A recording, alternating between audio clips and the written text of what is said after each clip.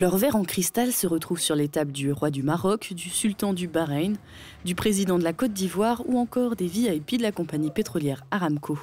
La cristallerie de Paris à Montbronne est présente sur le marché du luxe dans 52 pays du monde. Elle est spécialisée dans le travail à froid du cristal.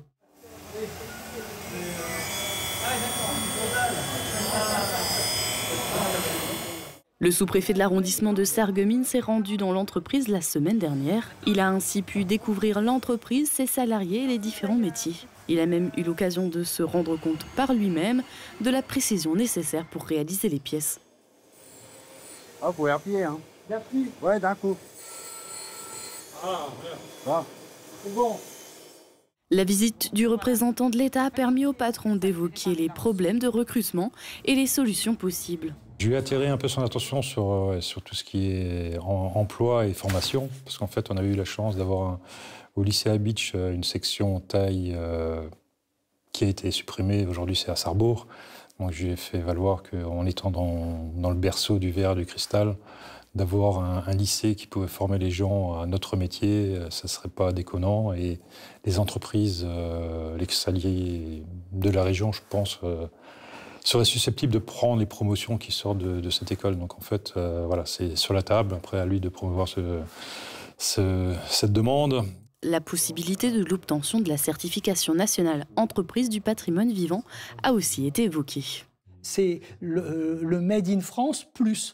Et c'est important pour les gens, pour ceux qui achètent, savoir que c'est des produits de très, très, très, très haute valeur ajoutée qui mêlent l'artisanat, la tradition et le savoir-faire. L'entreprise familiale existant depuis 55 ans enregistre un chiffre d'affaires annuel d'environ 5 millions d'euros. Un nouveau repère pour les amateurs de thé à Sarreguemines. Une sommellerie du thé vient d'ouvrir ses portes aux 7 places du marché. Avec la feuille et l'eau, c'est une nouvelle aventure professionnelle qui débute pour Marianne Guérin, gérante de cette nouvelle boutique. Autrefois opticienne, elle s'est formée et s'est spécialisée en thé. Tisane, thé aromatisé ou encore thé nature biologique. Au-delà de l'aspect dégustation, Marianne compte développer des ateliers découvertes des différentes variétés de thé. Elle fait partie des jeunes créateurs d'entreprises qui ont bénéficié du programme Créalab, proposé depuis quelques années par l'Espace Entreprise. Cet agent s'active pour aménager l'atelier du Père Noël. Donc on essaie de mettre en place l'ensemble des lanternes pour que ça soit vivant, qu'il y ait un peu de vie à travers ces lanternes-là. Donc on a des personnages, on a des projecteurs. On part d'une scénographie qui est définie et après on fait l'agencement sur site en fonction des effets de profondeur, en fonction de la proximité avec le public. On essaye vraiment de créer le maximum d'effets en fait, avec le public qui soit un peu émerveillé quand il arrive. Comme lui, une dizaine de techniciens s'affairent depuis plus d'1 mois. Leur mission, transformer le square Boufflers en plein cœur de Metz en véritable village de Noël. Au total, plus de 2000 lanternes, 150 sapins et une quarantaine d'enceintes ont été installées sur cet espace de 3000 m² pour offrir au public une immersion totale. En l'occurrence, cette année, on aura un éclairage dynamique qui va changer aussi des années précédentes. Donc on va essayer d'apporter de la nouveauté vis-à-vis de ça. Et voilà, de créer des mouvements en fait, des mouvements dans les arbres, des mouvements dans les cheminements. Au fur et à mesure du parcours, vous allez avoir des univers lumineux différents. C'est ça aussi qui va faire le côté un peu magique de la chose. J'ai une multitude d'enceintes dans le jardin, du coup elles sont toutes indépendantes les unes des autres, ce qui me permet moi de mettre des sons, de localiser des sons, des instruments là où j'en ai besoin. Et d'adapter les sons en fonction de la scénographie toujours. On aura toujours de la musique traditionnelle de Noël sur le fond et après il y a tout un gros travail sur les bruitages et sur les effets qui peuvent se balader dans le jardin. Et pour cette 15e édition, la magie se renforce encore. 14 nouvelles lanternes, gardées secrètes jusqu'à l'ouverture, viendront illuminer le parcours. Pour les découvrir, rendez-vous du 22 novembre au 30 décembre. La magie de Noël s'installe déjà à Sarreguemines. Les premières décorations prennent leur marque sur la place du marché, avec entre autres la maison du Père Noël et la boîte aux lettres pour déposer ses listes de souhaits. Le marché de Noël ouvrira ses portes le vendredi 21 novembre en musique, avec le concert de Robin Leon devant l'Hôtel de Ville, et il sera officiellement inauguré le samedi 22 novembre, avec au programme une déambulation dans le centre-ville. Protégez et mettez en lumière votre maison avec toutes les nuances de crépi proposées par Modèle Habitat. Radio Studio 1, 105.8. Toute l'énergie du 80 pop rock, toute l'info locale et encore plus. À Bitche, à Sarreguemines et partout où vous êtes. Radio Studio 1. Super Orbach vous accueille au quotidien et par tous les temps. Nos traiteurs vous servent avec le sourire au rayon charcuterie. Et pour des desserts toujours plus réussis, rendez-vous dans notre boulangerie-pâtisserie. La météo avec U, commerçant autrement. Bonjour tout le monde, ce sont bien 4 femmes de l'arrondissement de Sarreguemines Beach qui ont déjà obtenu un titre dans l'aventure Miss Curvy-Lorraine depuis 2019. Laura de Sarreguemines, 2e dauphine Miss Curvy-Lorraine 2019. Océane de Roulin, Miss Curvy-Lorraine 2023. Chana de Binin, 1re dauphine Miss Curvy-Lorraine 2024. Et Fanny, 2e dauphine Miss Curvy-Lorraine 2025, qui était notre invitée hier. Et pour la question du jour, lequel de ces sites touristiques ne se trouve pas à Roulin? L'Arboretum, la Maison Lorraine ou le golf? À vos commentaires sur notre page Facebook. Et côté météo, c'est encore une journée ensoleillée qui nous attend pour demain. Le soleil sera bien présent et ça va se ressentir du côté des températures, surtout en deuxième partie de journée. Les minimales iront de 4 à 5 degrés et les maximales de 13 à 14 degrés. Demain, nous fêtons les Bertilles et il fera jour de 7h25 à 17h04. Passez tous encore une belle journée et à demain!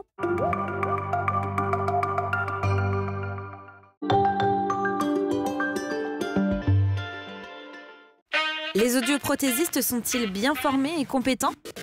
À la passion de l'audition, vous êtes accompagné par des spécialistes de l'audition. Nos audioprothésistes sont diplômés d'État et suivent régulièrement des formations. Et cela fait plus de 20 ans que nous mettons notre expérience à votre service.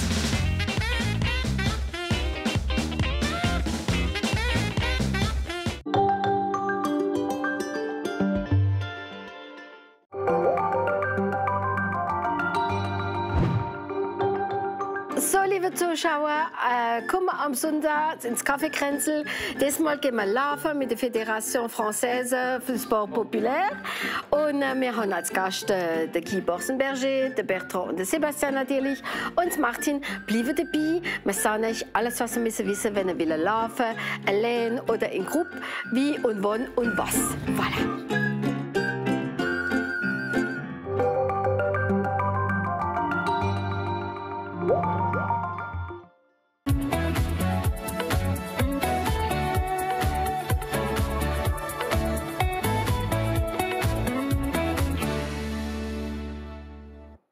Bonjour à tous et bienvenue pour ce nouveau numéro de Place des Arts. L'invité cette semaine est Lorrain et fier de l'être.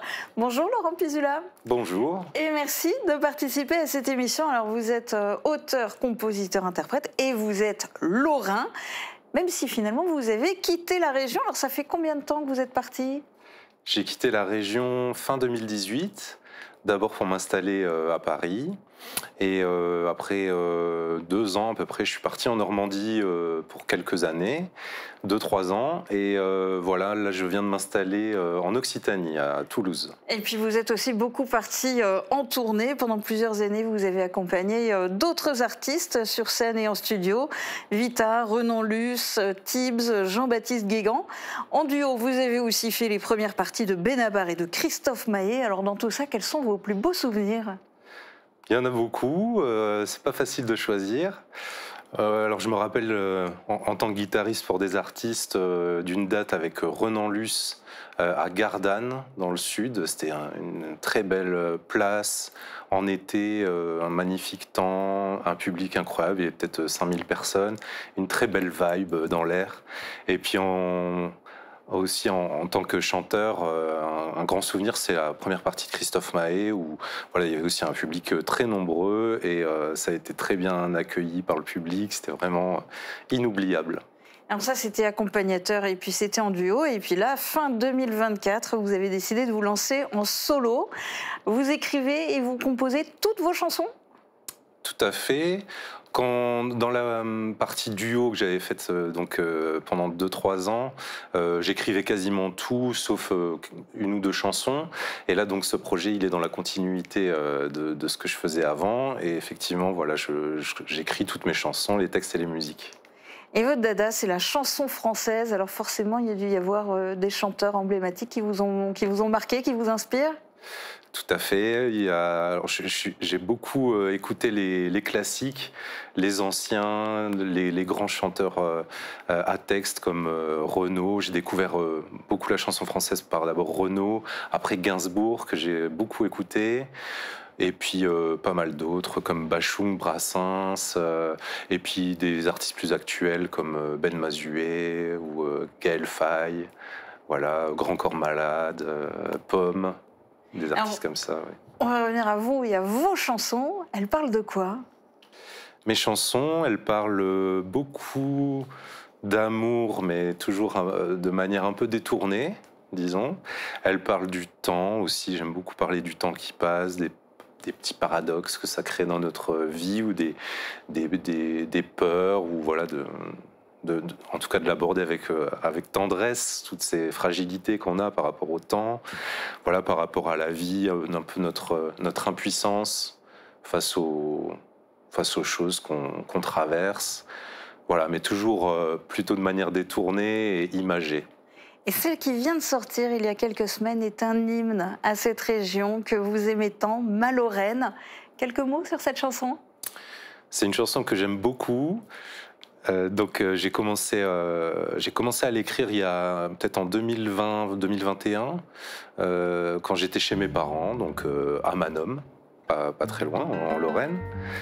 Et donc j'ai écrit d'abord un premier couplet, alors j'étais pas trop sûr de ce que ça allait donner, puis je l'ai joué tout de suite le soir à des amis qui m'ont dit « Ah, ça nous parle beaucoup ». Et donc après j'ai laissé un peu maturer comme ça, j'avais pas trop d'inspiration, et ensuite j'ai fini de l'écrire quelques années après, en plusieurs étapes, et puis voilà, je l'ai joué en concert, ça a été j'ai eu beaucoup de bons retours de cette chanson, et donc j'ai décidé en début d'année de l'enregistrer, d'en faire une version vraiment propre. Et ben on va en écouter un petit extrait de la session live que vous avez enregistrée au parc Explore Vindel à Petite-Rosselle. Où je vis, la fumée remplit tout un pan de ciel. Les cheminées blanches soufflent des nuages artificiels. On a passé notre enfance à courir au pied des antennes. Et dans la vallée, tout s'est arrêté, les maisons sont grises. Ma Lorraine, ma Lorraine.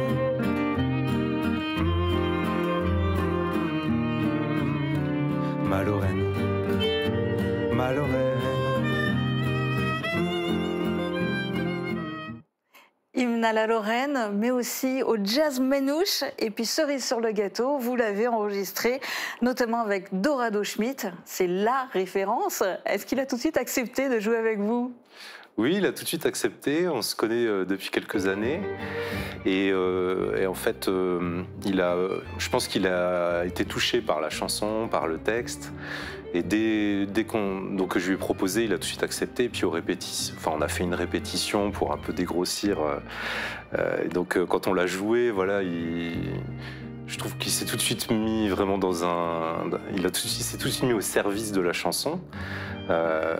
Et ça a tout de suite matché directement. Et donc c'est aussi avec Amati Schmidt, son fils, qui est un immense guitariste manouche. Et Sam Husson aussi à la contrebasse. Et donc quand on a répété, voilà, j'ai tout de suite senti que ça collait directement, et puis que c'est peut-être parce qu'on vient tous de Lorraine, peut-être que ça nous a tous inspirés. Et voilà, ça a été une évidence au niveau musical, ça a tout de suite collé, et j'étais très heureux de faire ce projet avec ces musiciens, et puis qu'ils apportent leur talent et leur expérience. Dorado, évidemment, toute l'expérience qu'il a. Et donc voilà, je suis très très heureux d'avoir fait cette version avec eux. Et cette chanson, on peut l'écouter en entier et vous suivre via votre page Facebook, mais aussi sur YouTube et sur Instagram. On continue à parler de vous et de votre carrière solo dans un instant. On jette d'abord un œil aux sorties culturelles qui vous sont proposées dans les prochains jours.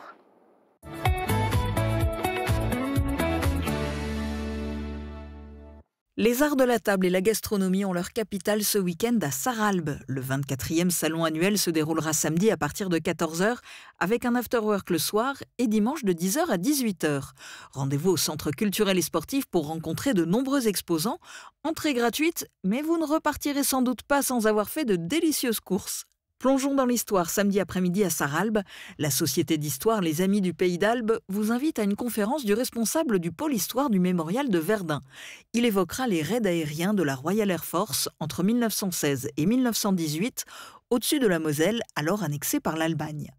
L'occasion de revenir aussi sur l'histoire de ces aviateurs britanniques dont certains reposent dans la nécropole de Sarralbe. Projection ciné vendredi soir à Putlange-au-Lac, le Foyer des Lacs vous propose la comédie de Vinciane Milraud, C'était mieux demain, avec Elsa Zilberstein et Didier Bourdon. Le bar du CAC sera ouvert après la séance pour discuter du film autour d'un verre. Théâtre féminin samedi soir à Putlange avec la pièce Souviens-toi d'elle. C'est un spectacle sur la place des femmes, drôle et touchant à la fois, interprété par le collectif Modèle des foyers ruraux de Moselle. Participation libre au chapeau pour rémunérer la compagnie. Et puis voyage en terre celtique et en chanson avec le groupe Celtica Harpaca qui sera en concert dimanche après-midi en l'église Sainte-Croix de Anvillers. Ce sera le premier concert depuis que l'édifice a été rénové. Chant et harpe vous feront voyager en Écosse et en Irlande, entrée libre. Laurent Pisula, quels sont vos projets? Un album, des concerts? J'aimerais beaucoup enregistrer un album, un EP déjà en première étape, courant 2026. Donc je suis en train de faire ce projet petit à petit. Voilà, des concerts donc aussi. Alors pareil, donc je suis en plein démarchage, en train de chercher des concerts. Alors, maintenant que vous habitez en Occitanie, est-ce qu'on va pouvoir vous voir en concert en Lorraine? Oui, alors justement, j'ai déjà plusieurs touches et donc je suis en train d'essayer d'organiser une série de dates en Lorraine. Donc là, forcément, il faut que j'enchaîne un petit peu les dates parce que je peux pas faire un aller-retour pour chaque concert. Mais voilà, enchaîner plusieurs dates sur plusieurs semaines, voilà, c'est un projet qui me tient à cœur et que je vais faire probablement au printemps ou été de l'année prochaine. Eh bien, il faudra nous prévenir qu'on puisse vraiment bien informer les téléspectateurs de Mosaïque Cristal. Tout ça, c'est un peu un retour aux origines, hein, puisque vous avez encore votre famille qui est en Lorraine. Et la musique pour vous, est-ce que c'était une évidence depuis toujours? Est-ce que c'était un rêve de gosse? Vous avez commencé comment? Alors j'ai commencé tout petit, mon père fait de la guitare, donc lui il est musicien amateur, mais il est vraiment passionné de guitare, et donc depuis que je suis tout petit, je vois des guitares au coin des meubles, des belles guitares d'ailleurs, et quand j'avais à peu près 6-7 ans, donc c'est mon père qui m'a fait essayer un petit peu la guitare comme ça, et puis il a vu que j'avais l'air de bien accrocher, et donc il m'a tout de suite inscrit à des cours. J'ai eu des cours avec des super profs. J'ai commencé avec Monsieur Kilbaza en cours particulier en chanson française au tout début, quand j'étais vraiment tout petit, et ensuite au conservatoire à Thionville avec James Jura et Philippe Magoni aussi en parallèle à l'école de musique de la Vallée de la Fench à Florange. Donc là aussi, je me suis bien imprégné du décor industriel déjà à l'époque-là. Et voilà, donc... et alors, je me rappelle que quand j'étais en école primaire, il y avait un intervenant qui était venu, qui était musicien, donc moi je faisais déjà de la guitare, et l'intervenant, il était venu pour nous jouer des chansons, nous faire chanter, et je me disais, j'ai envie de faire ça, donc c'est vrai que c'est quelque chose que j'avais envie de faire depuis tout petit, ouais. Même si après j'ai fait des études dans un peu plus standard, quoi, avant de me lancer dans la musique, mais voilà, j'avais déjà ça en tête depuis très très longtemps. Et puis, pas peur de la compétition, vous avez été lauréat du tremplin des francophonies en 2022 et demi-finaliste du prix Georges Moustaki en 2023. C'était des challenges, ça apporte quoi de participer à ce type de concours? Alors oui, c'est en même temps un challenge, et puis c'est aussi une actualité pour le projet. Donc le fait d'avoir été sélectionné en finale du tremplin des francophonies déjà c'était une actualité, puis de finir lauréat le soir de la finale. Donc voilà, ça crée une belle énergie pour le projet. Et puis ensuite, donc ça m'a amené en première partie de Benabar, de Christophe Mahé. Ça m'a fait faire des rencontres, donner de l'expérience. Donc c'est vrai que ça apporte beaucoup. Et là d'ailleurs, j'ai été sélectionné, j'ai appris ça il n'y a pas longtemps, pour un tremplin du Festival de chansons françaises La Planète Bleue. Voilà, j'ai eu la réponse il n'y a pas longtemps et donc il y a déjà eu une présélection, donc j'ai été sélectionné et là maintenant la prochaine étape ça sera fin février. Donc vous avez envie de continuer à concourir pour des prix? Voilà, entre autres, hein, c'est pas non plus ça, mais voilà. Le rêve c'est quoi? Le rêve c'est de décrocher une victoire de la musique? Oh là, je pense pas à ça non plus comme ça tout de suite, mais voilà, à la limite pourquoi pas, mais voilà, c'est pas un objectif en soi. Moi, mon objectif, c'est surtout de faire exister mon projet, de partager mes chansons avec le public, et voilà, pas besoin forcément d'avoir les plus grands prix, les plus grandes salles, les plus grandes tournées. Après, bon, même voilà, si ça fait du bien et ça aide. Oui, voilà, ça peut toujours être un bonus, mais voilà, c'est pas un objectif en soi.